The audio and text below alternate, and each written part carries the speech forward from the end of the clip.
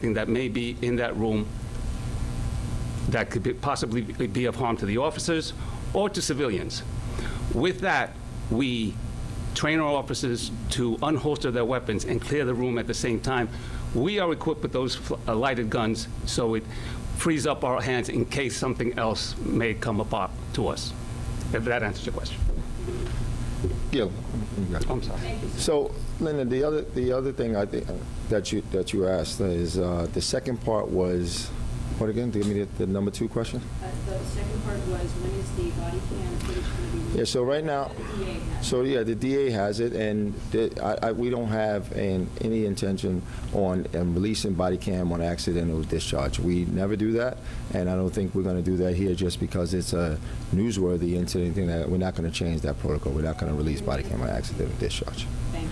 And then the other part of the question, why didn't you folks address it on Wednesday at the presser? Because obviously everybody knew about that point. Why not just talk about it then instead of now? Yeah, I think we could have talked about it, but I don't recall it coming up organically in that press conference. We normally don't do any kind of release on an accidental discharge. I do see how some are saying, hey, this is a operation that people were watching around the country, but our protocol normally on an accidental discharge, and especially when I talked to the police commissioner about it, I asked, hey, anything abnormal about this accidental discharge other than this is a newsworthy operation? Was there anybody in the vicinity of this accidental discharge? Did anybody even hear it? Even though the ESU members didn't hear it, there was nobody in danger, there was nobody struck. And for us, this is a accidental discharge. We average about 8 of these a year. And so my goal here was not to just try and make a story. My goal was to see, is there a story here in terms of, hey, is there something abnormal about this? And it wasn't. But we would have talked about it. We gave it to the DA, and yeah, I knew it would come up eventually because it always does. So it was no rush for us to talk about this. And you have to remember, the same night, the next day, while everybody else is thinking about just, hey, we could have addressed that at a press conference, the reality was that I was dealing with CUNY that night, because when we left Columbia, we went right up to CUNY to clear out another couple hundred people up there. So no, I didn't make the decision that we wanted to address the accidental discharge at that time, because we normally don't address them, period. Mary Lynn? So I just have a question about, is this the standard protocol where all the responding officers went in with these firearms with the light attached to it? Was it because the conditions were very dark in the building, or is this just the standard practice? No, that is, emergency service unit officers are equipped, all their sidearms are equipped with a lighted firearm. So that is standard practice for us. Oh, it's pretty standard around the country. Many police agencies use that, especially tactical entry teams. Jason? Good morning. J.B. Nicholas, Freelance News. I wanted to focus your attention, you said that, you described the situation as fluid. Other officers have described, you need to be prepared for whatever may happen inside. But some people are saying that you guys risk kids' lives to make a TikTok video, that there was no real legitimate law enforcement need to go in there with the SWAT team as the ESU commander. What's your position on that? What's your answer to that? Well, we had individuals that were barricaded at a location.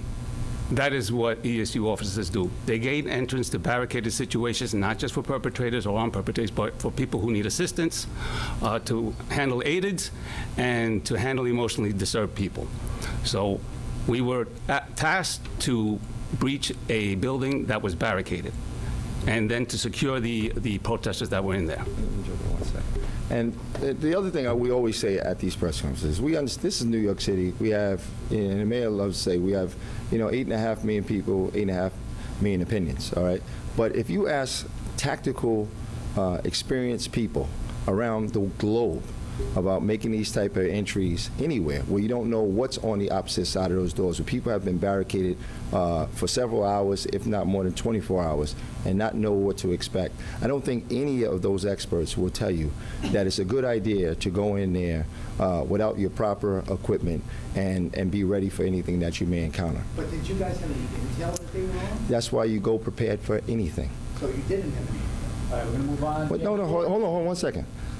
I think we told you the intel. The intel is that there are barricaded individuals who've been there for a long time, who've dismantled security cameras, and you don't have eyes and ears in there. So yeah, that is intelligence. Go. James Ward. Thank you.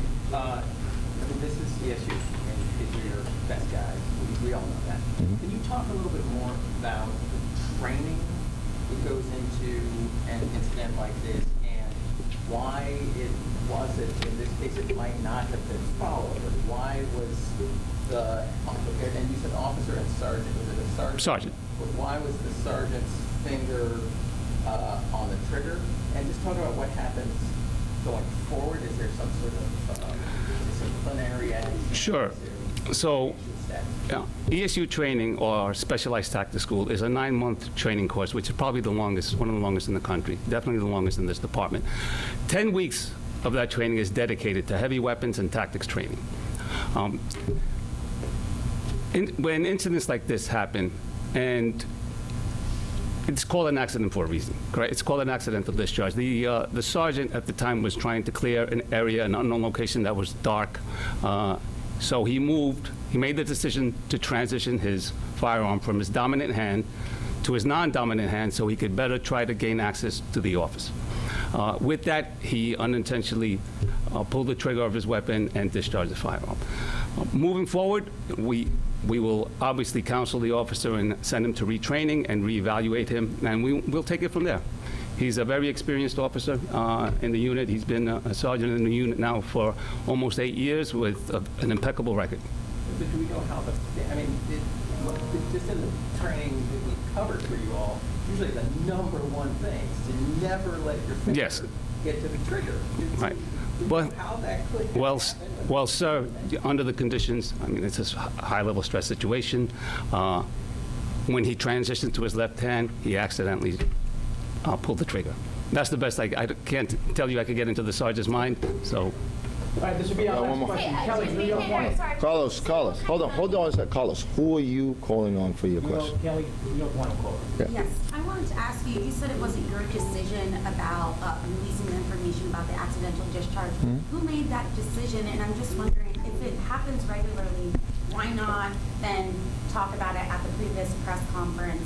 And then I just have a clarification question.